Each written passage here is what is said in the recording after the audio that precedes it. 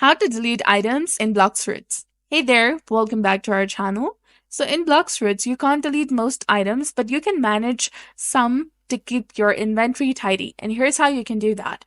So the removable items are devil fruits. Drop, trade, or eat them to remove them from your inventory. If equipped, unequip a fruit at the Remove Blox Fruit NPC, prison in the first sea, or the castle on the second sea in third sea. And the materials, they disappear automatically when used for crafting, upgrading swords, or quest. You don't need to delete them. But the non-removable items are swords, guns, and accessories. So once you get these, they stay in your inventory and you can't drop, sell, or delete them.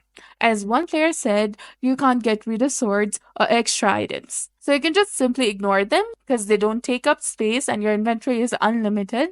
You can equip the essentials as well. So choose your favorite sword or gun, unequip it, and ignore the rest. They are still there if you need them later.